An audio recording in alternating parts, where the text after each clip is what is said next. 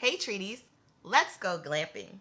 Stay tuned for details on how my husband and I converted our 2008 Chevy HHR into a car camper.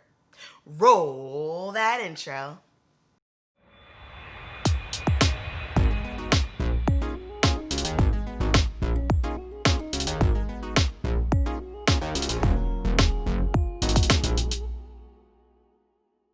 Hey Treaties, welcome back to my channel where we explore travel destinations and the eats that go with them.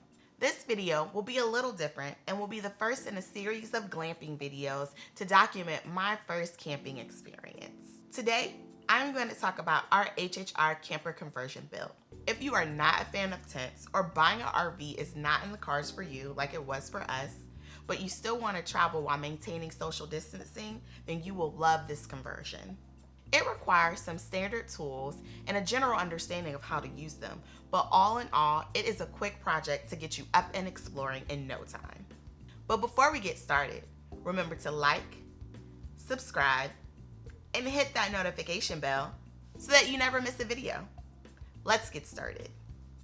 So what is glamping? Glamping is what is known as glamorous camping. It's a style of camping that includes amenities such as electricity, access to indoor plumbing, and most importantly, not sleeping on the ground. For our glamping experience, the 2008 Chevy HHR was the perfect vehicle for a car camper conversion. In the HHR, the rear seats and the front passenger seat fold completely down, allowing ample room for sleeping accommodations. Before starting our project, we researched quite a few car and van camper conversions to get an idea of what designs worked best.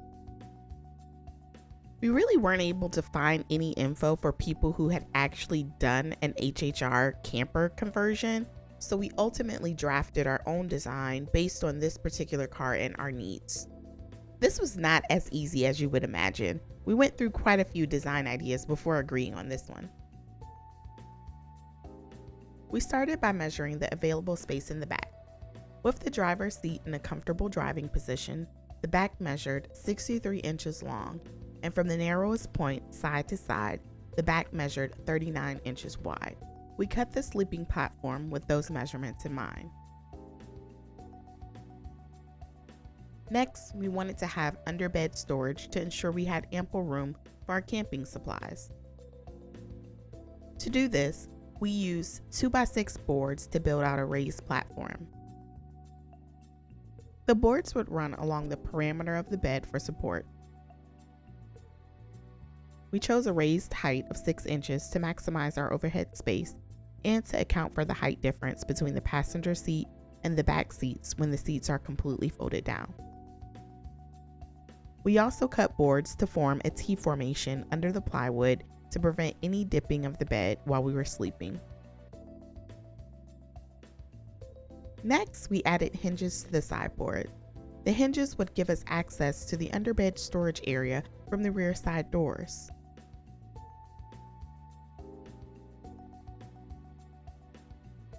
Once the base was completed, we secured the plywood on top. To make sure that the hinge sideboards did not adjust while we were laying on the plywood, we installed latches to either side. We also added drawer handles to either side so that we could open the parts of the wood attached to the hinge. Next, a hinge was used to combine the two cuts of plywood. Again, when designing, we decided to cut the plywood in half to maximize our storage. We would be able to gain access to the front half of the platform's underbed storage from the two side rear doors and the back half from the rear hatch door. We decided not to attach a bottom to the platform since the car's cabin area was already pretty flat.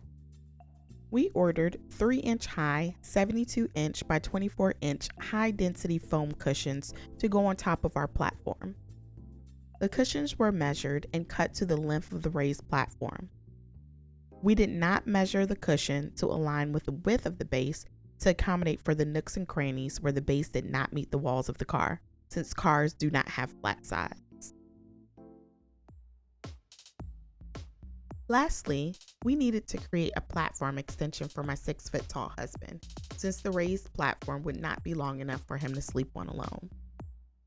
This extension would be measured to fit the area where the front passenger seat folded down. We used leftover plywood for this addition. We attached a hinge to the extender piece and added it to the platform on the right side. By using a hinge, we would be able to fold the extender piece fully back while driving. Here's the final raised platform bed. Gas springs were added to the back portion of the base to allow easy access to the underbed storage. The initial solution we had to hook the drawer down wasn't strong enough, so we eventually replaced those with heavy-duty drawer magnets. This is us putting the final platform in the car for the first time. As you can see, it did take the two of us to load it, but it wasn't heavy at all.